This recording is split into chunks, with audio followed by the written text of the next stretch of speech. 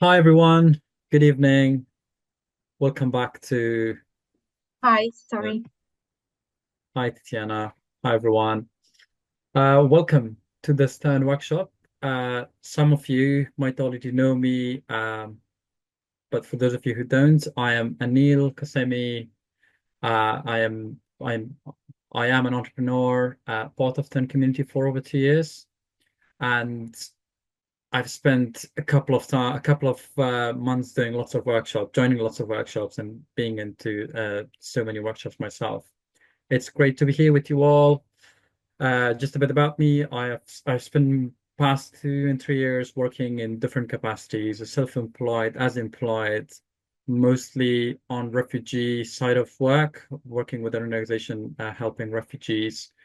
But I've also been, just like all of you, been doing some entrepreneurial work, and I'm the founder of the company Hatopia, which I now call it an award-winning e-commerce company.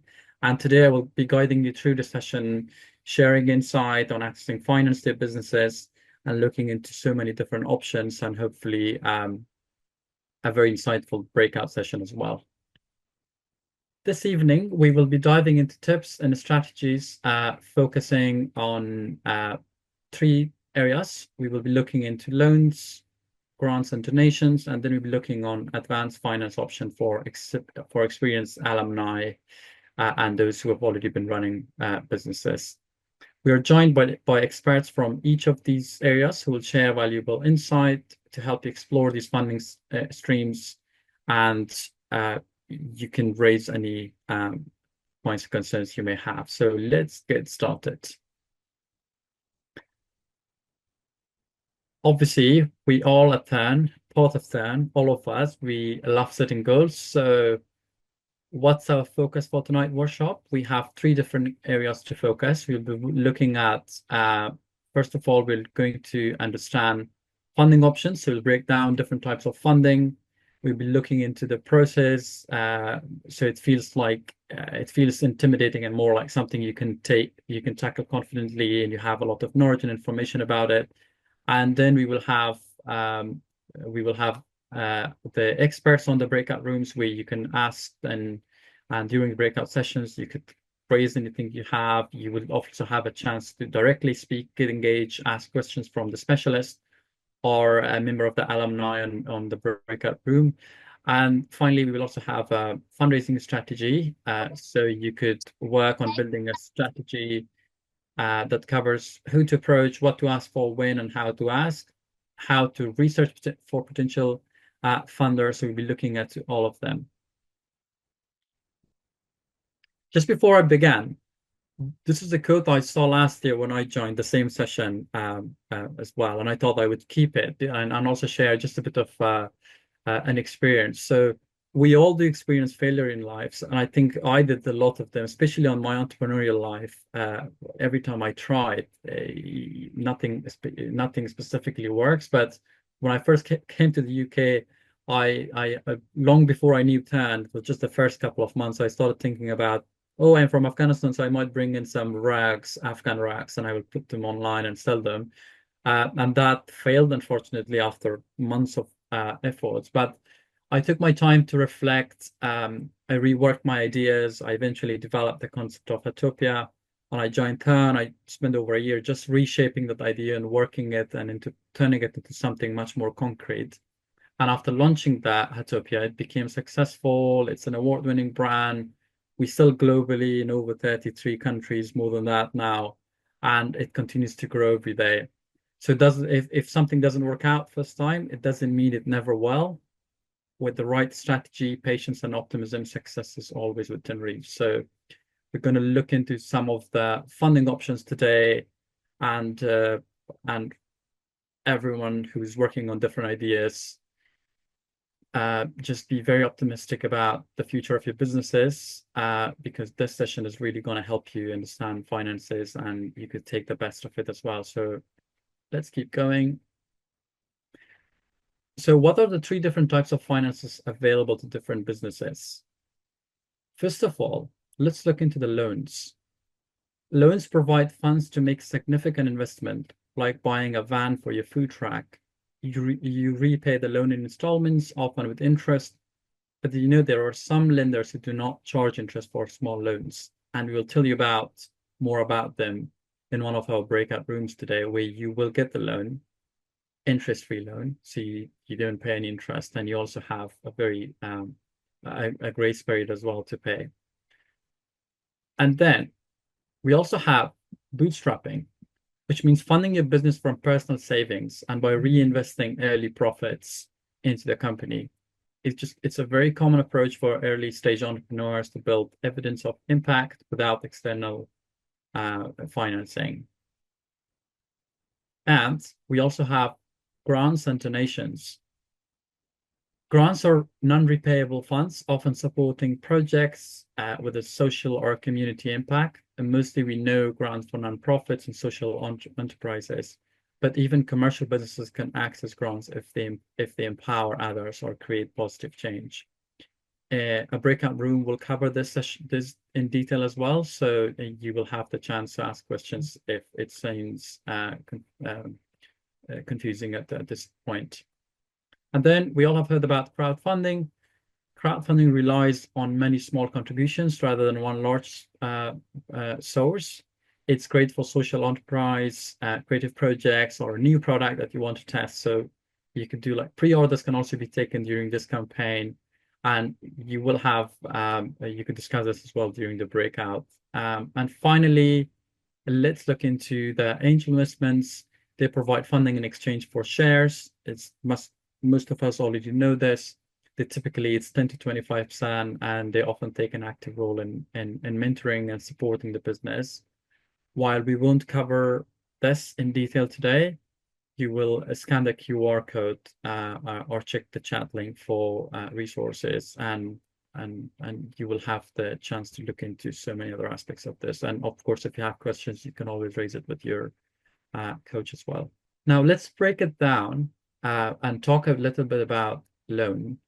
Loan, as discussed, is just when you borrow a set amount of money to be repaid over time. So you will have a specific amount of time to pay back the amount of loan that you're getting. That means there will be that fixed time that you will have to pay back that loan. And it often follows that fixed schedule, and where you will have to pay back in installments that based on agreements and from where you're receiving the loan, subject to their own T&Cs. And also you must understand that when you get the loan, you have full ownership.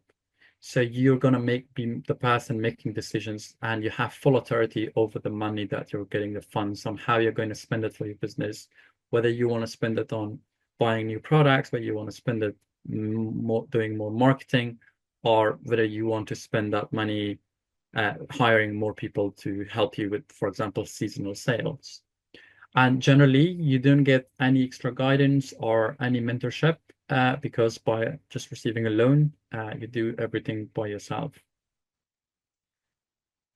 And if we look into investment in comparison to loan, this is just very flexible repayment terms, often linked to business performances. So they will be looking into business performance on how the business is doing, and based on that, you will be paying back. And investors may request a share in the business in return for funding. So if they give you some funding, if they invest in your idea or business, in return they will be asking for a share. And this is very common. Lots of us see these TV shows, the Dragon Den, for example. They come and pitch their business idea or an existing business where they get funding and investment, but and they give away a share of that in return. There have been successful cases as well. So if you want to look at some of them could be really some of successful business could be inspiring. And this investment can also come with added benefits. For example, you will have mentorship from experienced entrepreneurs, people with established businesses. You will have the opportunity to network with some really useful people. And it's also ideal for scaling up or just long-term growth strategies. If you have a business and you just want to scale up that business, so this option would be the best. Now, before we break out in terms of key elements that you want to remember, no matter what kind of finance you raise, you need to ask and keep just set of 4 questions. What do I need the funding for? How much do I need? By when do I need the funding? And who can fund me? So let's get the first one. When we talk about the first one, like for what? What are you raising the funds for? You need to be very clear, very concise, and concrete. Is it for salaries to pay the salaries of your staff or yourself, so that you can work professionally, you can so that you can work full time on this, so that it pays everybody involved in the business? Is it for equipment that will help you produce more and do it faster? If you're into food business, you want to have a kitchen stuff and the machine equipment, or is it just a rent for a pop-up location? You want to go into a shopping mall and get a pop-up for the Christmas, and you need to pay for it, so you get that. Or is it for subscription digital services that will allow you to do your work? Or is it for training or qualifications for yourself or for your team or staff? Any of these are valid, but they need to be concrete and specific, and always you need to have a proper strategy in place for it. Now let's look into how much do you need, and remember this, the sum of how much you need.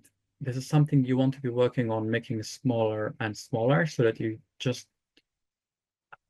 have just enough to build your business. You need to have a clear plan on what you're going to fund, how much it costs you specifically, and get the cost to be as low as possible. And also to know how much you need. You can work on your startup budget to identify and understand all of your costs, which includes your one-off cost, your running cost.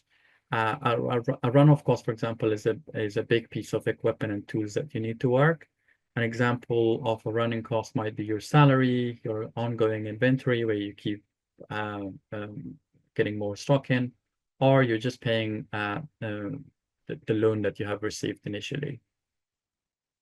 And if you look into when, it needs to be clear when you need it, because sometimes sourcing of funding, you need to look, maybe you're sourcing a funding pathway, figuring out how to apply, working on your application form, or going through the process of having your own application looked over by the funding provider, and actually getting the finances might take a while. So the whole process of getting funding is very time consuming and can take several months to go through.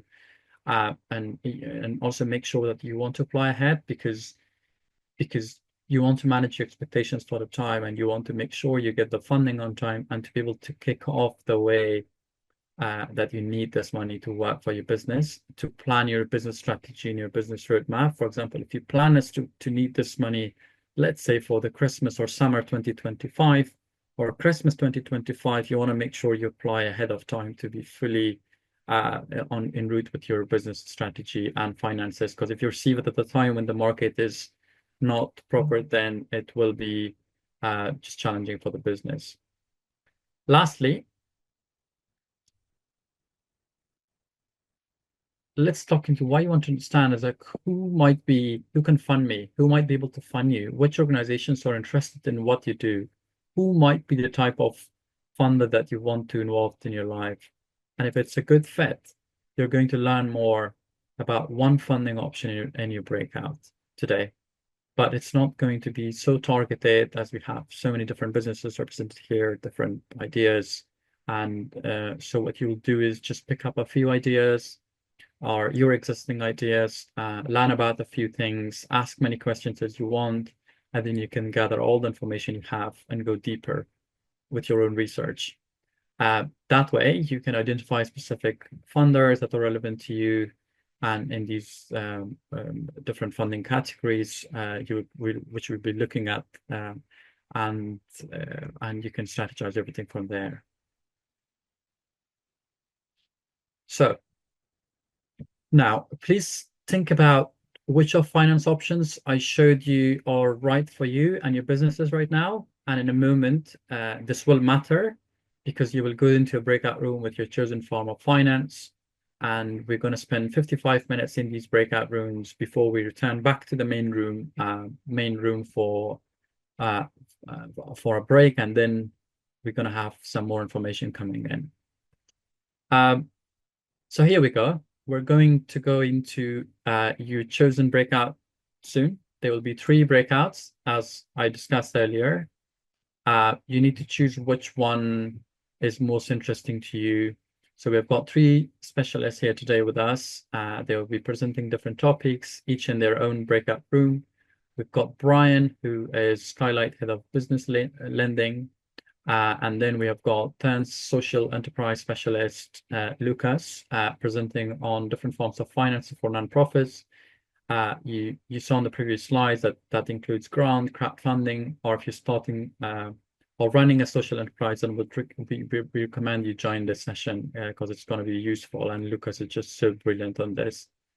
Last but not least, Fred, co-founder at TERN, will be meeting any of you who have been trading for a while and who need advice on growth finance. And this breakout is for people who have either already accessed business finance or any other type, or who may have a concrete growth plans and need financing over 30,000. Aside from TERN experts, we have some stories coming up in each breakout room from community members who have experience with a given form of finance. Brian in the loans breakout will interview me because I have received a loan from his organization Skylight, so I can share my experience with those of you who are looking for a loan. And in the room led by Lucas, we have alumni Zainab and Larry, both social entrepreneurs, and they will be interviewed by their experience in applying for grants and how that has worked. Okay. Now it's time for you to choose your breakout room. Choose room 1 for loans, choose room 2 for grants, and choose room 3 for advanced entrepreneurs and growth finance. And the rooms will appear in your Zoom interface, and you just need to click on the right one. If you have any problems with that, one of our team will help you move into the right room. So no worries at all. And I wish you all the best in the next 55 minutes. I just encourage you to engage as much as you possibly can during the breakout, or if you have questions.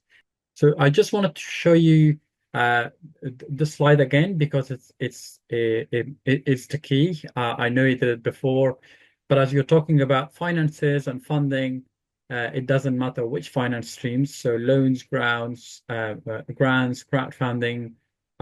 So you choose, or any other finance pathway that you take. Just remember these 4 key questions.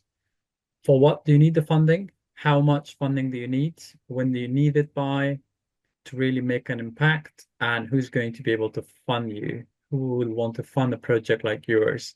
So if you remember these 4 questions, it will make it a lot easier for you to strategize and make the decision. Okay. Also, let's quickly look into costs.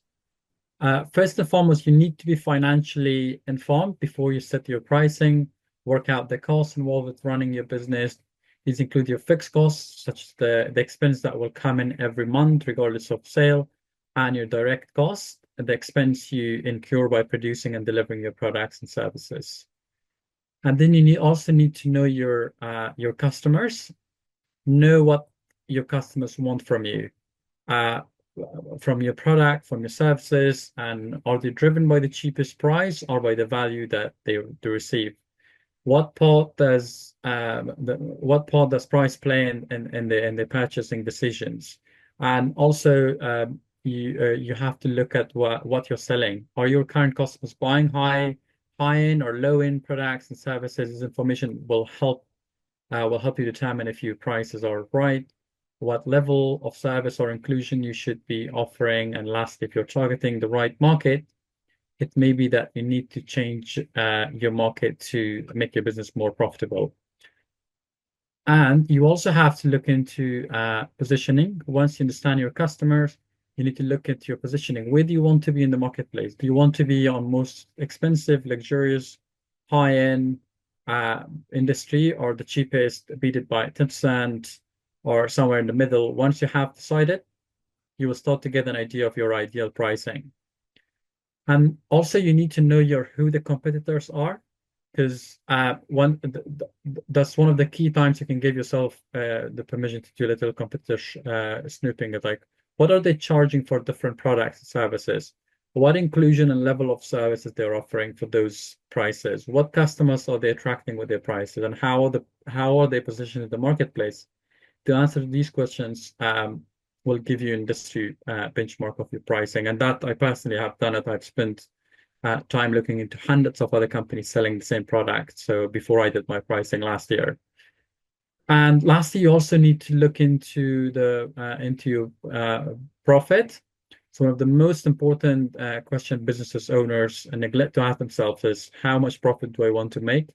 They tend to look at others charge, and they pull a figure out of their out of there to be competitive in the market without giving consideration of how much profit you want and need. While you may be in the business for the passion and to add value in the lives of others, you also need to add value to your own business and your time. So give careful consideration to what your time is worth and how much do you determine your pricing. Now, some of you are thinking about, I don't know the answer to all these four questions yet. Maybe you're thinking fundraising seems very complex, or wow, fundraising is going to put a lot of pressure on my business development. I don't feel like I'm ready for this. Or maybe you are just like an early stage entrepreneur, just like I said, you're thinking that you might want to start bootstrapping. And even if you do want to raise external finance, you're likely going to do some bootstrapping alongside your fundraising plan. So if you do bootstrapping, you'll be in good shape. And most successful businesses bootstrapped in their early days, including some of the biggest businesses that we know, like eBay, Apple, Coca-Cola, Microsoft, and the list goes on and on.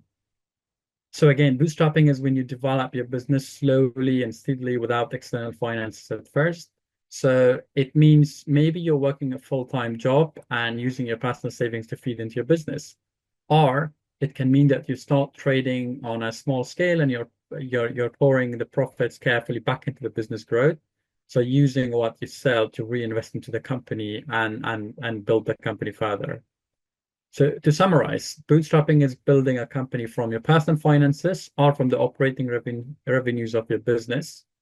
It's building and developing it slowly but surely and gradually gaining more support and resources over time. And it also has many pros. So first of all, you have complete control over the growth of your business. As an entrepreneur, you know that it's definitely a good thing.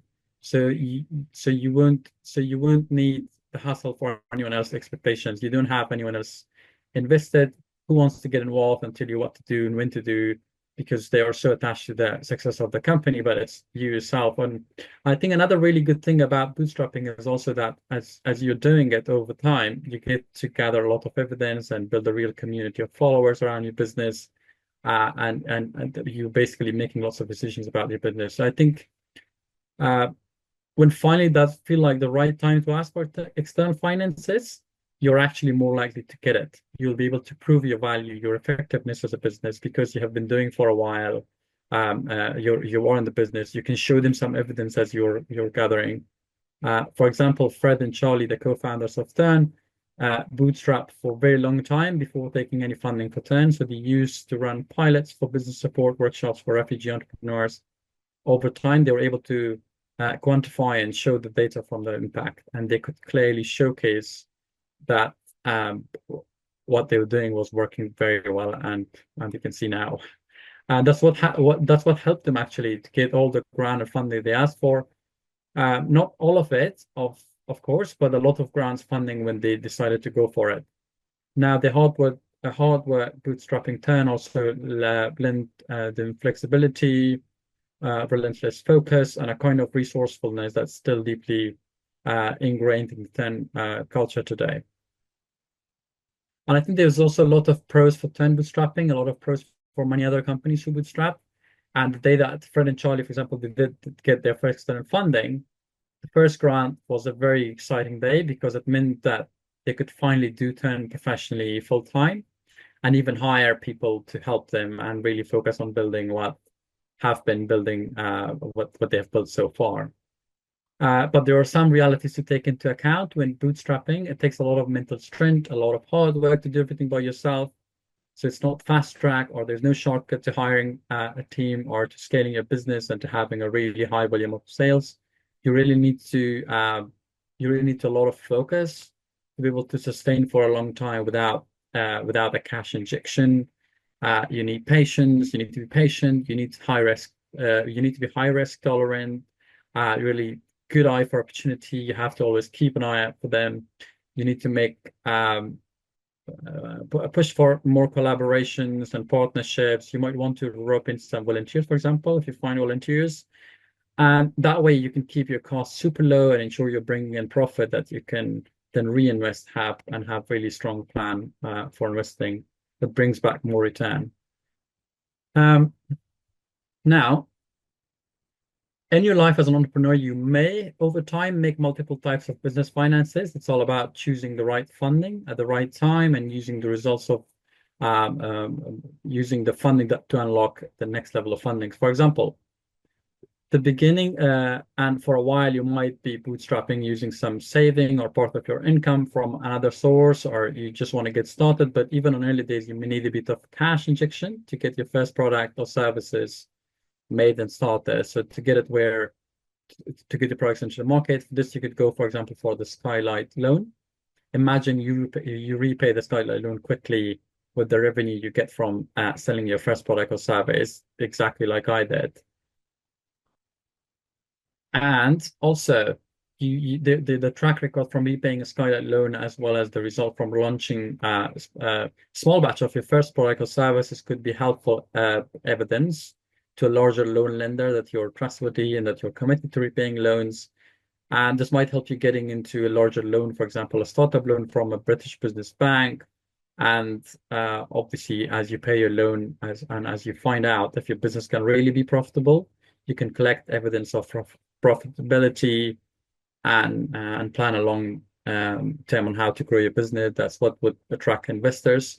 They basically need to see the evidence of financial and sales performances to believe that it's an opportunity for them to make money, of course, when they invest. So now you see all three different forms of finances that could be stepping stones, and also we have looked into bootstrapping, because we also know that you build your business, you will have to reinvest a lot of your revenue from sales to invest in the growth of the company.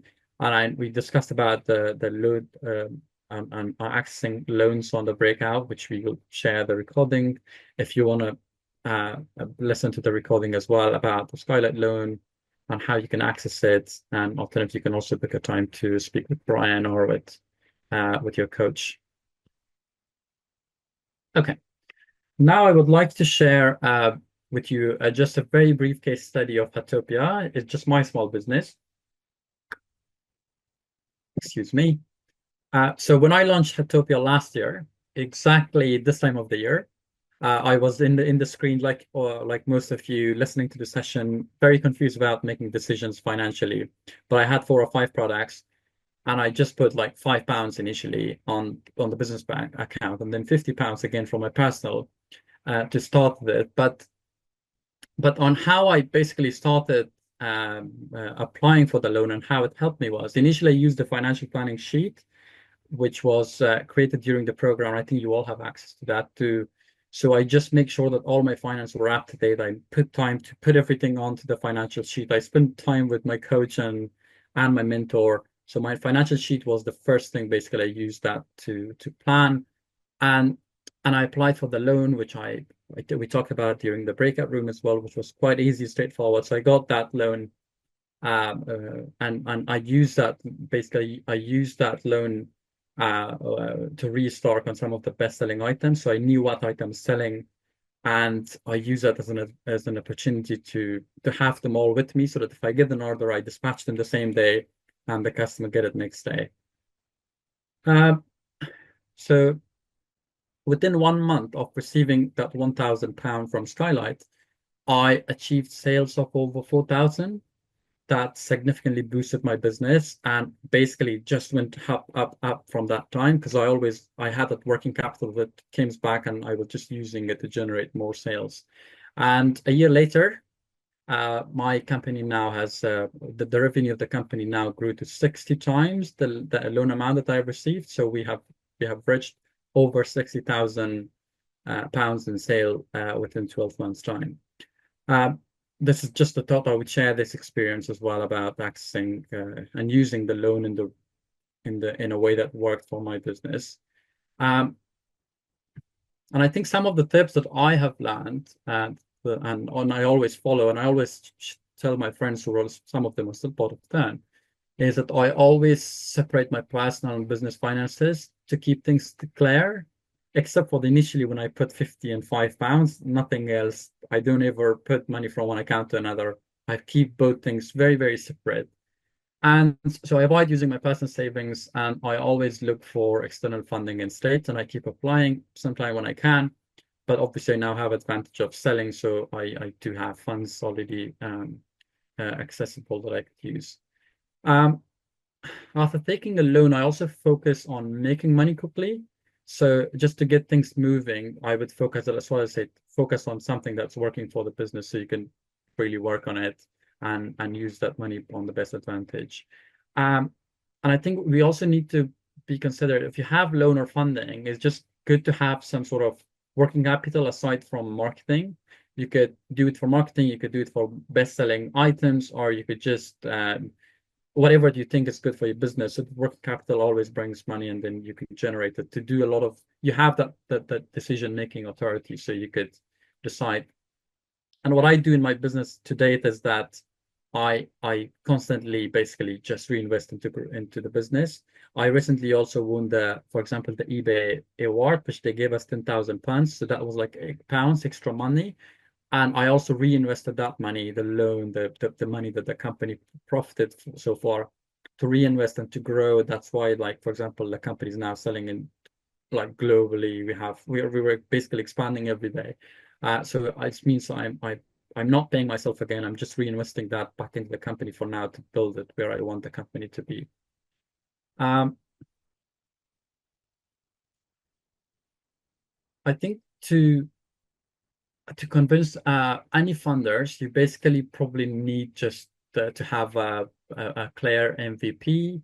You need to have a business and marketing plan. They want to look into the logical summary of your business ideas. It just helps them understand your vision. You need to have a clear setup, a launch budget, ensure your launch costs are as low as and logical as possible, and making your plan more appealing and achievable.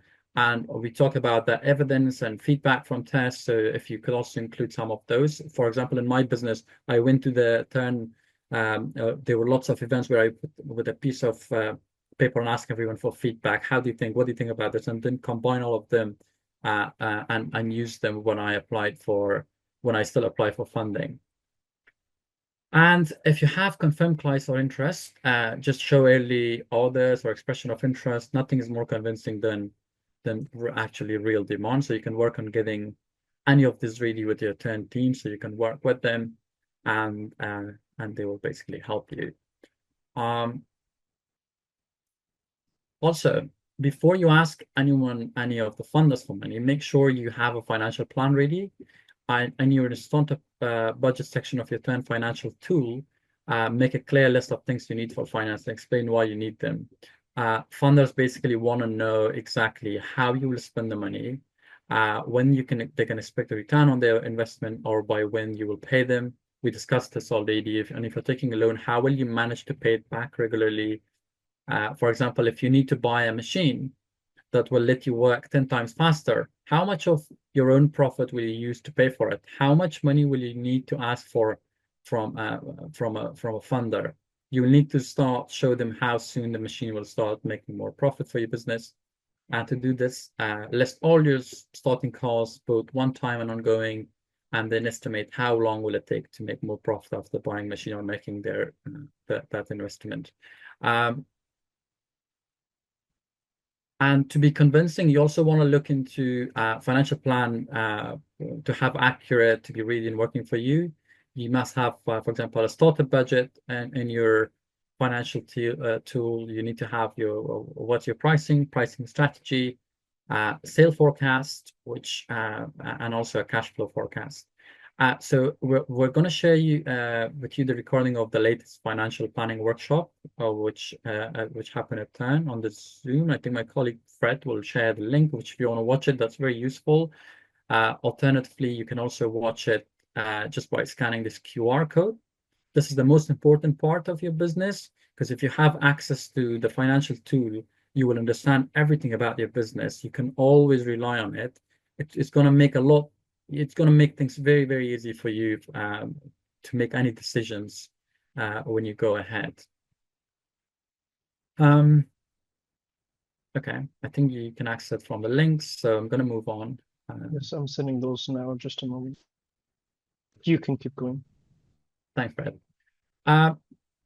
Yeah, I know we discussed about the clear MVPs, the marketing plan. So we've already covered this. And now you also want to look into applying for funding regularly. I recently submitted, for example, a proposal that I did recently was what I did was I think I spotted two opportunities. I know we discussed about looking for opportunities. When you want to apply for some of this funding, and especially if you're doing it regularly, is that you look into um, planning. So you will have your financial tool, but you will receive plenty of applications that you want to submit. There will be lots of opportunities coming up, but also equally the funders, people who are going to fund your business, they will be receiving thousands of applications as well if you apply for general opportunities. So make sure you have some skills, because some of them will invite you to pitch. So you have like how good presentation skills, present professionally and make with confidence, know your business. That's why I said if you know your financial sheet is perfect, you will know your business, everything about them, because they will be asking lots of questions about that.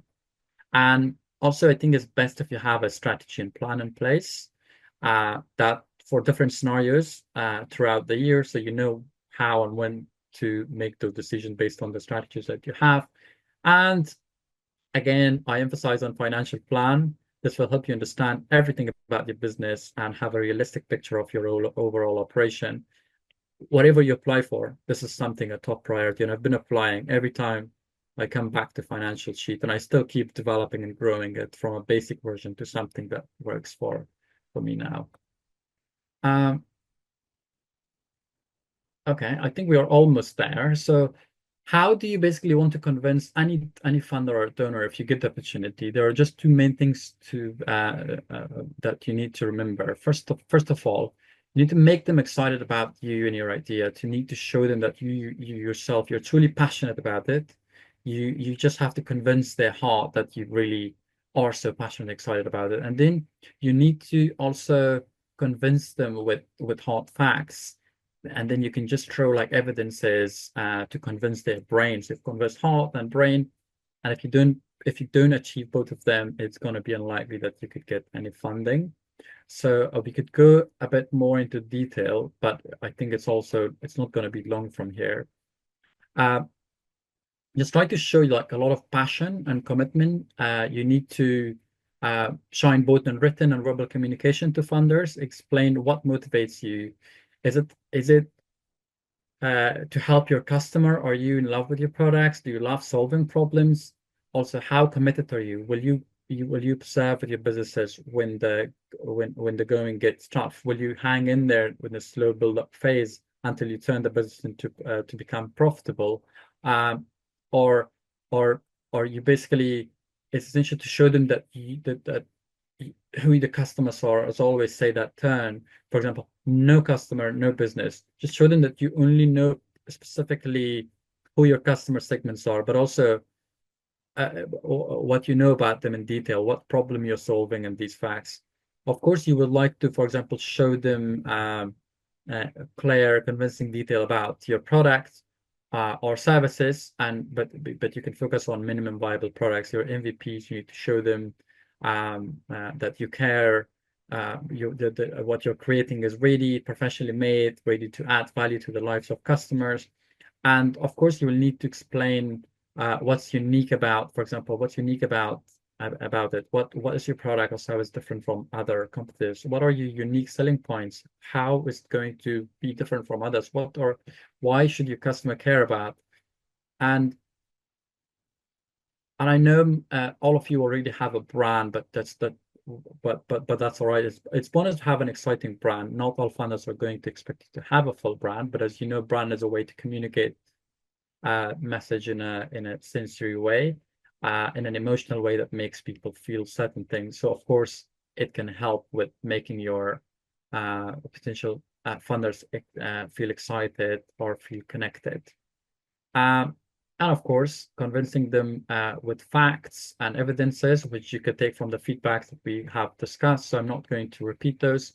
And and once you have all these elements ready, you can emphasize like like in so many different values of bootstrapping, the value of getting stock, your minimum viable product early on, and doing something that you have that that basically you have done over the course of preparing for this. It all comes down for you to basically demonstrate that you have relevant skill, qualification. In some cases, you will be legally required, but it could also show that you have been pursuing expertise in this path, that you're very experienced, to show that you're trading in legal, but in a legal but also high quality way.